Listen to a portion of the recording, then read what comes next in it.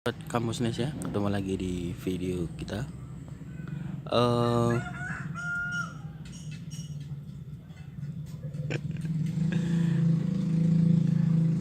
ini video untuk Tani Nesia. Di depan kita ini ada kebun rumput odot, salah satu varian dari rumput gajah yang tingginya tidak terlalu tinggi.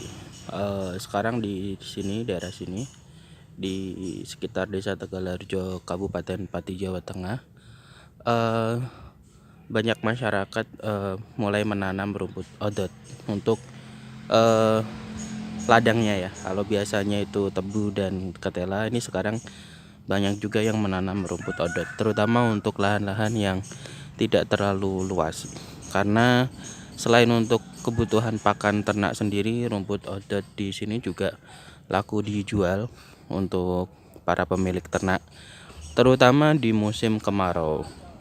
Nah, untuk satu tahun itu bisa panen antara 5 sampai 6 kali, dan misalkan untuk ukuran 60 kali 100 atau 50 kali 100 meter lahan itu bisa menghasilkan 650 sampai 900.000 ya, tergantung persediaannya lagi banyak apa enggak di pasaran.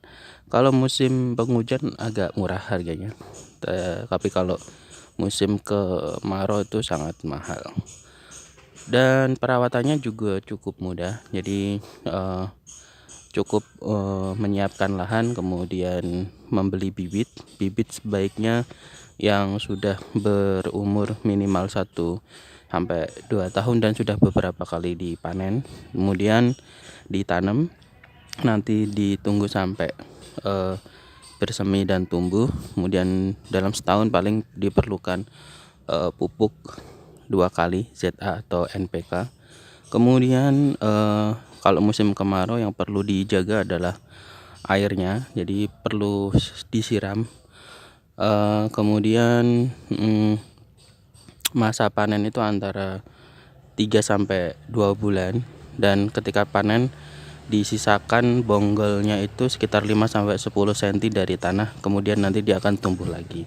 Dan juga yang perlu diperhatikan setelah panen, nanti kalau ada tanaman yang mati itu perlu diganti dengan bibit yang baru, atau istilahnya disulami.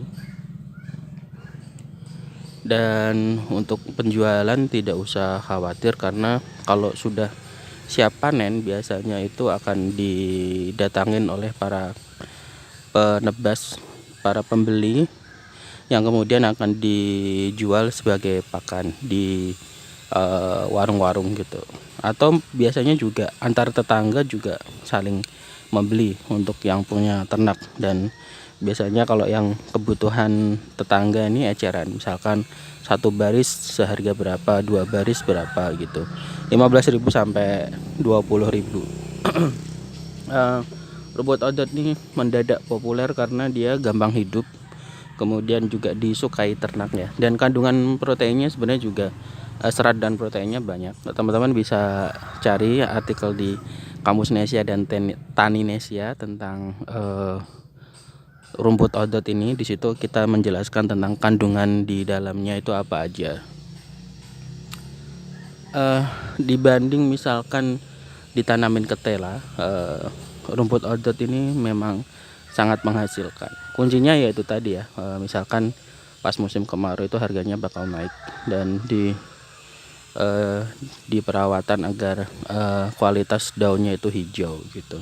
Untuk ternak sendiri ya biasanya untuk sapi ya. Kalau kambing jarang sebenarnya diberikan odot itu, karena nggak begitu suka.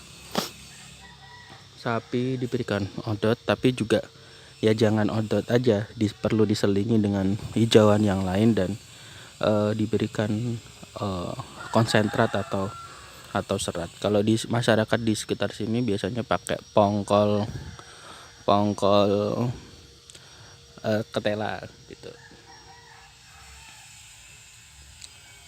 Jadi teman-teman bisa, yang ingin mulai untuk menanam rumput odot sebagai bisnis itu potensial, dan jangan takut Selamat mencoba.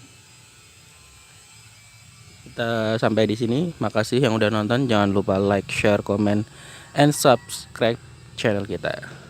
Sampai jumpa.